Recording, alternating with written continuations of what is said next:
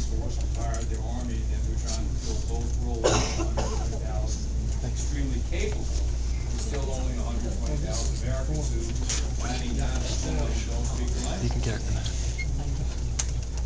What I fear is that. Well, let me back up a little.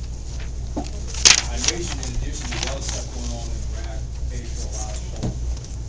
They hired this very first class, very expensive polling firm by the name of Zogby to track how things are going in Iraq. And early on, the State Department was very willing to give up those polling numbers, because early on, about 80% of the Iraqis look at it as favorable.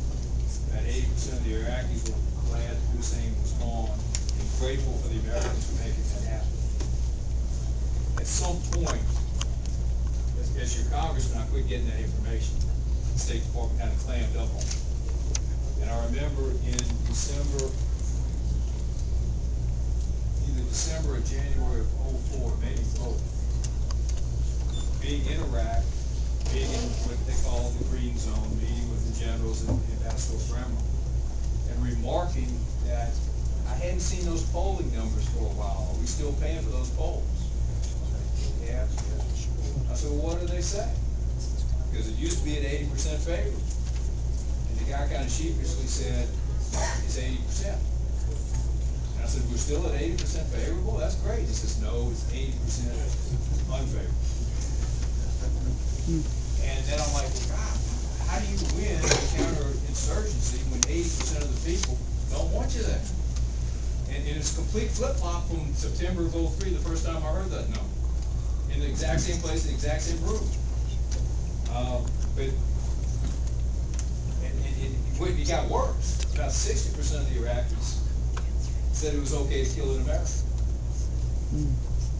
And I'm like, I have friends, I have a lot of friends in uniform. I had a very good friend who was over there as a colonel then. And I said, how do you turn that around? Because unless you turn that around, nothing else is going to work.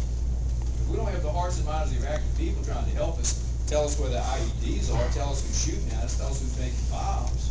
If we can't count on their help, we don't speak their language, we can't turn this around. And no one ever gave me a good answer. So what troubles me is, I'll use my insurance company as an example. Without naming that company, I can assure you I'll never do business with them again. I've just had enough of that company, based on what they did to me, okay? Without giving you a name, if they came to me and said $1 a year for $1 million worth of coverage, I figured there was a way they were going to screw me out of it. And so then I give them $1. And that's a human reaction, where you just say, I've had enough of it. I fear that's how the Iraqis feel about us. I don't know that. I fear it. And I want someone to tell me that that's not the case over there before we ramp it up. Because, and the other thing is, if it's just a slight increase in the number of troops, okay, then you got 150,000 Americans trying to police the whole country. I'm not so sure that's going to work. The third thing is, okay, let's say you quadruple the number of troops, which is what we probably should have had in the beginning. I'm not so sure that works. At this point, if that 80% is taking the attitude towards Americans that I have towards my insurance company, where I don't care what you do, I've had enough of it. And that's the intangible. And one of the things, I had my crew on the phone with General Powell today, General Shinseki,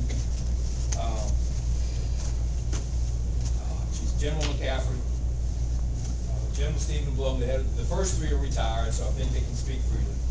General Stephen Blum, who's the head of the National Guard Bureau, and 4 or 5 others. And I've asked them, I said, look, can I talk to you privately, or would you prefer to come before the subcommittee that I have to be in charge of, or would you prefer to come in front of the whole committee? I want to hear your thoughts, because I've just laid out to you the exact same thing I'm going to ask them. Are we capable of turning that around with more troops? And if their answer is no, then I'm going to say that then don't do it.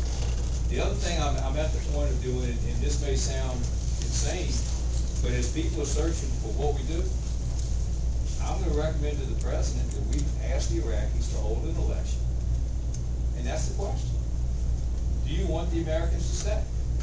And then, as you know, in Mississippi, it takes a 3/5 vote to raise taxes.